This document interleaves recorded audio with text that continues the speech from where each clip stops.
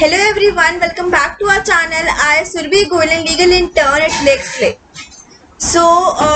Today I'm going to give you a brief on the very famous case KM Nanavati versus the state of Maharashtra. So let's get started. Okay, so first of all, let me give you the introduction of the case.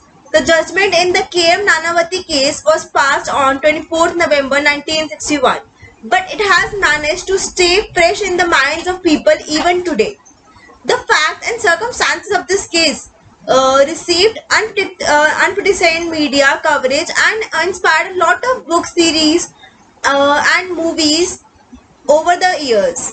The accused or appellant Nanavati was a naval officer who was put on trial under Section 302 of Indian Penal Code for elite murder of his wife's paramour.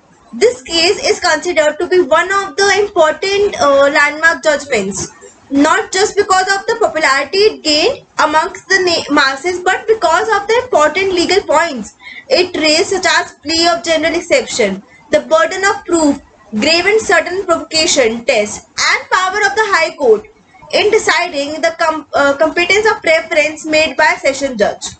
The KM Nanavati case is also widely recognized as being responsible for the end of the jury trials. So let's find out more about the gripping details of this case. Okay, first of all, let me tell you the facts of the case. The accused or appellant KM Nanavati was second in command of the Indian naval ship Mysore. He was married to a woman named Sylvia and had 3 children with her. Due to nature of his service, Nanavati and his family had lived to many different places before shifting to Bombay. It was lived in many different places before shifting to Bombay. It was in Bombay that they were introduced to the disease Prem Ahuja through common friends. Nanavati had to go away from Bombay regularly as part of his service, leaving his wife and children behind. In the absence of friendship developed between Sylvia and Ahuja, which later took the form of an illicit relationship. When Nanavati returned from his ship after April 18, 1959, he on multiple occasions tried to be affectionate to his wife, to which she was not being responsive.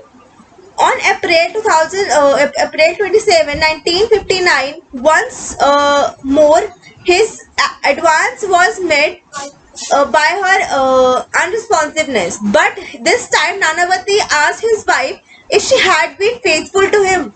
She merely shook her head to indicate that she was not. He guessed that her paramour was Ahuja and decided to settle this matter with him. First, Nanavati drove his children and wife to the cinema and promised to pick them up later. He then drove to his ship from where he obtained a revolver and 6 rounds on a false pretext. He put these inside a brown envelope and from there drove to Ahuja's office. On not finding him there, Nanavati drove to his flat.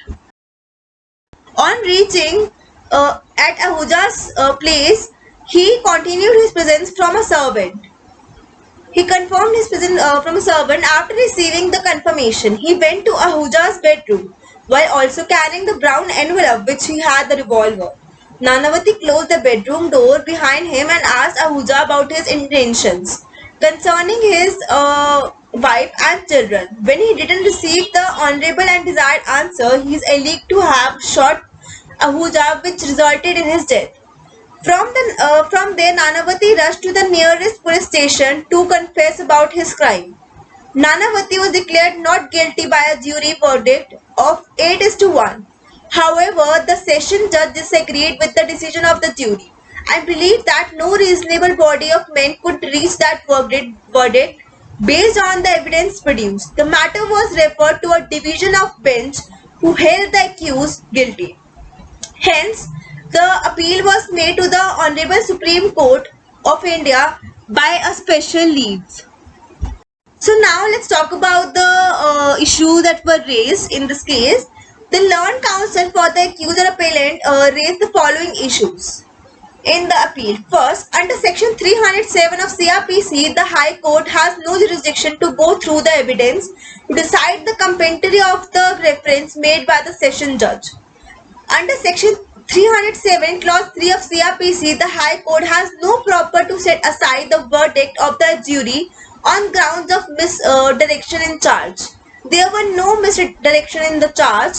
The verdict given by the jury was such that it could be reached by a body of reasonable men based on evidence produced before them. The accused had shot the deceased under grave and sudden provocation, and therefore he did not commit murder, but culpable homicide, not amounting to murder. So now Supreme Court gave the judgment that.